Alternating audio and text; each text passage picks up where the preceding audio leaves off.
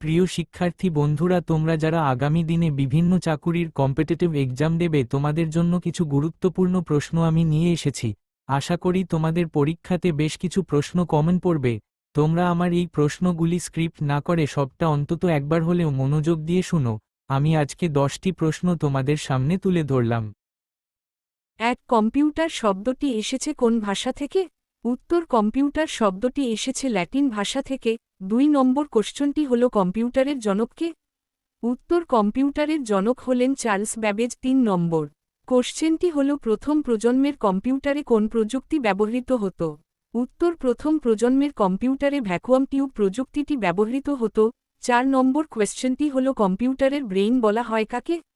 উত্তর, কম্পিউটারের ব্রেইন বলা হয় সিপিইউকে। 5 নম্বর কোয়েশ্চেনটি হল বিটের পূর্ণরূপ কি? উত্তর, বিটের পূর্ণরূপ হল বাইনারি ডিজিট। 6 নম্বর কোয়েশ্চেনটি হল 1 বাইট সমান কত বিট?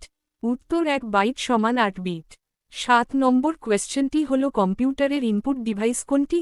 উত্তর, কম্পিউটারের ইনপুট ডিভাইস হল কিবোর্ড। 8 নম্বর কোয়েশ্চেনটি হল কম্পিউটারের আউটপুট ডিভাইস কোনটি? উত্তর, কম্পিউটারের আউটপুট ডিভাইস হল মনিটর।